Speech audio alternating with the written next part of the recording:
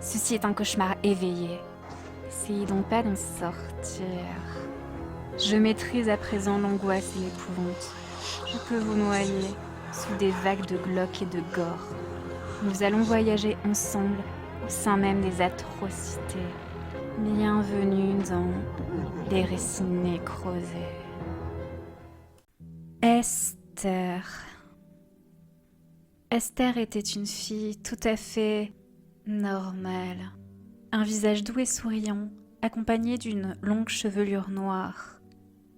Elle était brillante à l'école, la meilleure de sa classe. Et chaque année, elle participait à des concours, les gagnant à chaque fois. Esther avait tout pour être heureuse, mais malheureusement, du jour au lendemain, ses notes ont chuté. Elle travaillait de moins en moins, délaissant les cours malgré le ton que prenaient ses professeurs pour qu'elle reprenne le travail. Pourquoi ? Pourquoi cette jeune fille si brillante a, semble-t-il, perdu la joie de vivre ? Eh bien, c'est très simple. Ses parents sont morts. Une belle nuit de septembre, ses parents et elle-même rentraient d'une soirée. Après quelques minutes de route, le père ne vit pas le camion, s'élançant à toute vitesse vers eux sans pouvoir s'arrêter. Esther survécut, mais ses parents étaient morts. Elle resta figée, hors de la voiture, assise près d'un arbre, jusqu'à l'arrivée des pompiers. Suite à cela, comme je l'ai déjà indiqué, elle commença à se désintéresser complètement de ses cours, regardant par la fenêtre, pensive. Même si les professeurs savaient pour sa situation, il n'en demeure pas moins qu'ils attendaient une petite part d'effort de sa part. Mais visiblement, le choc avait été bien trop dur pour elle. Pendant ce temps, c'était sa tante qui prenait soin d'elle, mais ne pouvant plus la garder bien longtemps, Esther finit par arriver dans un orphelinat. Elle fut très surprise en y arrivant. Elle avait une image assez médiocre des orphelinats, pensant que c'était des endroits sales, où chaque enfant était triste et malheureux. Mais non, bien au contraire. Tous les enfants riaient et s'amusaient, chantant des chansons ou jouant à divers jeux. Surprise, mais finalement plutôt rassurée, elle alla commencer sa nouvelle vie. Seulement, Esther mit un certain temps avant de s'intégrer. Elle restait dans son coin et lisait, tandis que les autres enfants s'amusaient ensemble. Elle n'avait jamais été très sociable et ne savait pas comment s'approcher des autres enfants. Bien sûr, elle avait envie de savoir ce que c'était de rire, de jouer, d'avoir des gens sur qui compter. Mais oui, elle ne savait pas comment s'y prendre. Alors, elle restait plongée dans ses livres pour masquer sa tristesse. Une petite fille avait remarqué cela et avait donc décidé de faire le premier pas. Un jour, pendant qu'Esther était encore sur un livre, on lui tapota doucement le genou. En descendant le livre, elle vit une jolie jeune fille de 9 ans. Elle était mignonne, innocente. Quand Esther la vit, la petite fille lui sourit gentiment.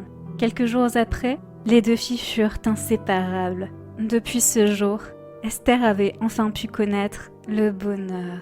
Bien sûr, elle ne savait pas comment s'y prendre. Alors Coraline, la petite fille, lui montra toujours comment s'y prendre avec des amis. Esther était heureuse. Elle le fut encore plus quand Coraline l'a encouragée à reprendre ses études.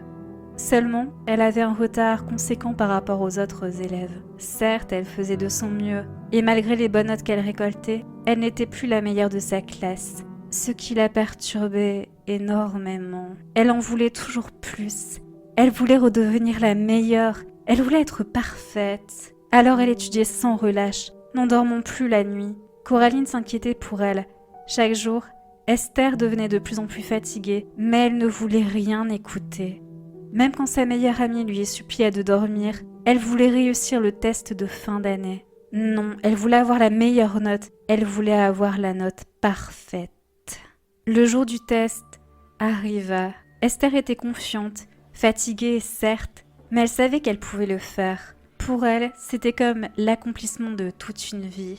Bien sûr, le début du contrôle commençait très bien. Elle connaissait les réponses par cœur et elle savait que ce qu'elle faisait était juste. Seulement, à la moitié du contrôle, elle tomba sur une question dont elle ne connaissait pas la réponse. Elle cherchait la réponse, tortillait sa tête dans tous les sens, mais ne la trouva pas. Elle commença à stresser. Elle avait peur de répondre au hasard et de ne pas avoir la meilleure note. Elle avait peur, jusqu'à ce qu'elle remarque que l'élève à côté d'elle avait répondu à cette question. Alors, elle allait tricher. Seulement, elle s'est fait prendre. Alors comme punition, elle a eu 0. Elle a eu 0 alors qu'elle voulait avoir la meilleure note. Le choc n'était pas passé. Les jours suivants, elle restait enfermée dans sa chambre. Elle ne voulait ouvrir à personne, pas même à Coraline qui la suppliait d'ouvrir la porte. C'en était fini de sa scolarité. Pour elle, elle avait tout échoué. Elle commença à devenir légèrement parano, pensant que les cris des gens derrière sa porte, qui lui demandaient de l'ouvrir, étaient en fait des rires moqueurs. Elle pensait même que sa meilleure amie se moquait d'elle.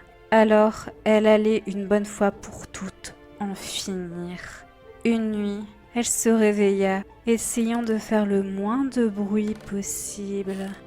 Elle prit un couteau dans la cuisine et alla dans la chambre de Coraline. Elle lui mit la main sur la bouche, ce qui la réveilla en sursaut. Elle tentait de crier, mais c'était vain. Esther lui fit un petit chut et lui trancha la gorge. Après ça, elle lui remit la couverture. Dors bien, mon ange. Avant de quitter la pièce, elle mit ensuite le feu à l'orphelinat. Plusieurs enfants ont pu être évacués, mais elle était restée. Elle attendait patiemment que les flammes viennent la prendre. Elle laissa couler une dernière larme, déçue de ne pas avoir été parfaite, comme ses parents le voulaient.